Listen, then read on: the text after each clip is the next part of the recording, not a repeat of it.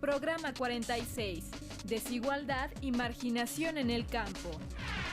En este programa se analizarán las causas de la marginación y pobreza en el campo mexicano.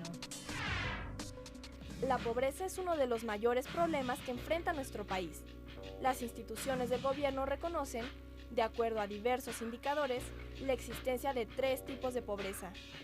La pobreza extrema o alimentaria se da cuando la población no obtiene ingresos suficientes que le garanticen una alimentación mínima. La pobreza de capacidades se presenta cuando una población está en condiciones de satisfacer sus necesidades de alimentación, pero no cuenta con el ingreso suficiente para cubrir sus gastos en educación y salud. Y la pobreza patrimonial comprende a las personas que, si bien pueden cubrir sus necesidades básicas de alimentación, educación y salud, su ingreso no les permite alcanzar lo requerido para vivienda, vestido, calzado y transporte. En el 2005, la mitad de los mexicanos vivían en condiciones de pobreza patrimonial, mientras que el 18% de la población vivía en pobreza extrema. Los más pobres de los pobres se encuentran en el campo, particularmente en zonas montañosas y de difícil acceso. Se estima que hay 185,000 localidades rurales pobres en México. Las poblaciones más pobres se concentran en entidades como Chiapas, Guerrero y Oaxaca. Sin embargo, existen localidades pobres en todas las entidades del país. De todo lo que producimos los mexicanos, el campo es el que está aportando la menor cantidad del Producto Interno Bruto.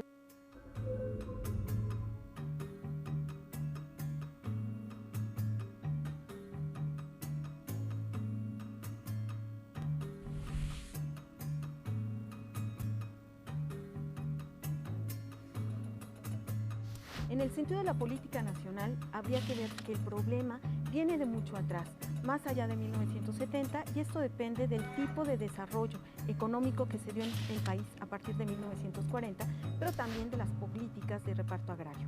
En este sentido, habría que decir que a partir de 1940 realmente se da como un mayor apoyo a la industrialización, y esto va a provocar, por una parte, que haya pues mucho más problemas en el campo. ¿Por qué? Porque se mantuvo el campo con bajos precios de producción, haciendo que estos bajos precios pudieran de alguna forma alimentar a muy bajo costo a toda la población urbana.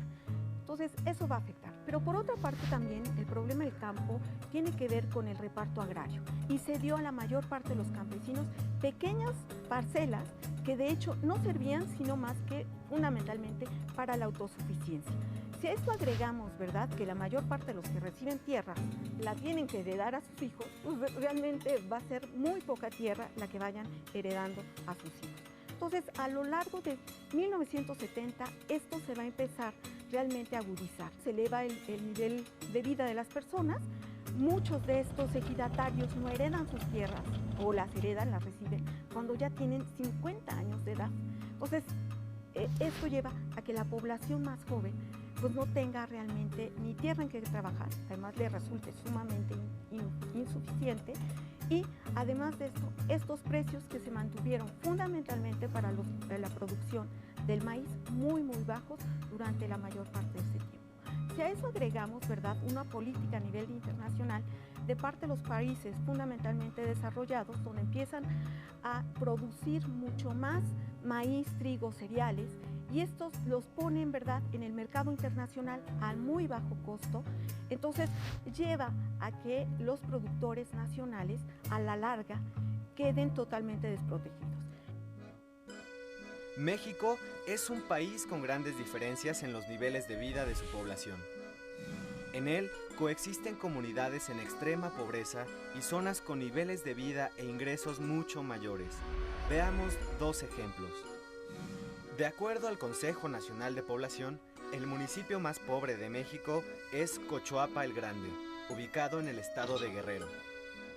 El 76% de sus habitantes de 5 años o más son analfabetas y 9 de cada 10 no terminó la primaria. El 95% habita viviendas con piso de tierra sin drenaje ni sanitario, mientras que el 87% de sus trabajadores obtienen ingresos de hasta 2 salarios mínimos. Por el contrario, el municipio de San Pedro Garza García, en Nuevo León, es considerado el municipio más rico de todo el país. Tiene enormes mansiones y centros comerciales de lujo y un nivel de vida equiparable al de algunos países de Europa Occidental. El 98.3% de sus habitantes saben leer y escribir y solo el 10% no terminó la primaria. Únicamente el 0.1% de sus habitantes no cuentan con viviendas con drenaje ni sanitario.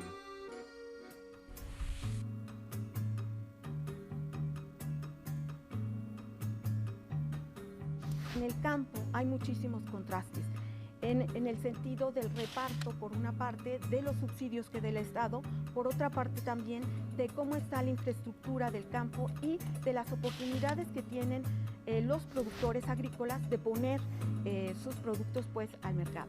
En este sentido podemos ver en el campo las grandes diferencias que existen entre los productores que están dedicados fundamentalmente a una alimentación rentable que va fundamentalmente para la ganadería o para la exportación fundamentalmente de hortalizas, frente a aquellos productores que no tienen absolutamente nada. Estos productores, ¿verdad?, podríamos decir agroindustriales, son los que se llevan la mayor cantidad, por una parte, de subsidios, tienen mayores ventajas de alguna forma hacia los mercados, pero también tienen los mayores recursos. Por otra parte también, si nosotros nos vamos a las zonas del campo mucho más por decir algo, empobrecidas, ahí también vamos a encontrar diferencias, ¿no?, sustanciales. Por ejemplo, las mujeres en estos núcleos no reciben de alguna forma un dinero por el trabajo que realizan. Entonces realmente las desigualdades pues van desde los que tienen y los que no tienen, los que tienen riegos, los que no tienen riegos, los que tienen servicios y accesos a préstamos o subsidios y los que no tienen esta forma de servicios. Las que, por ejemplo, en el campo, las mujeres, las que no tienen realmente una remuneración, o los niños que no tienen una remuneración. Otra de las cosas que podríamos ver en el campo y que se está sucediendo, por ejemplo, son las que antiguamente estaban dedicadas a hacer labores del campo, en la actualidad pues se están vendiendo para hacer, por ejemplo, centros turísticos o si no, desarrollos urbanos muy fuertes. Tal es el caso, por ejemplo, de todo el estado de Morelos. Está habiendo también estas diferencias y esta imagen de alguna forma urbana, donde en una ciudad podemos ver ricos y pobres, también es mucho más fácil ahora contemplarlo en el campo con estos desarrollos urbanos, porque estas zonas tienen un alto desarrollo y hay al ladito, pegadito, pues unas zonas que están completamente pauperizadas. O sea, esas desigualdades van en todos sentidos. Los más altos índices de marginación en México se concentran en las comunidades indígenas. La cuarta parte de los indígenas mexicanos de 15 años y más no saben leer ni escribir.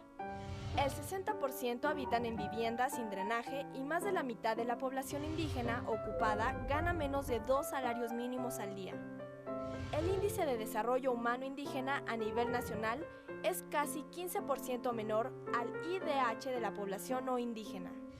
Su desarrollo es menor en indicadores como educación, salud y nivel de ingresos.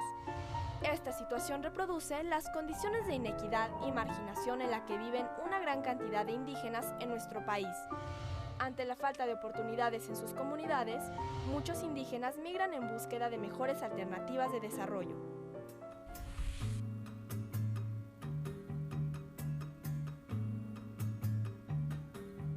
Yo creo que la perspectiva es bastante grave, bastante grave. Gran parte de los subsidios que se están dando en la actualidad al campo o no se reciben a tiempo, es decir, no se reciben cuando es necesario para comprar insumos de las cosechas, sino que se dan mucho después.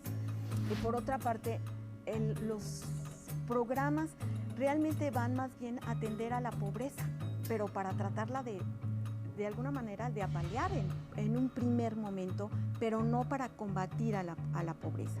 Por ejemplo, los programas que dan de alguna forma dinero a los niños para poderse sostener y que puedan asistir a la escuela son muy buenos, pero no están de alguna forma incidiendo en la producción del campo y en que sus padres puedan de alguna forma tener mejores recursos para poder alimentarlos. En la actualidad esto es muy preocupante porque la mayor parte del territorio mexicano, según el censo agrícola del 2007, dejó de producirse alrededor de un 25% de las tierras en México, lo cual, bueno, pues es espeluznante, ¿no? Es decir, ya el campo está siendo abandonado. Ya ni siquiera los pequeños productores o los productores que antes lo hacían para su autoconsumo, lo están trabajando.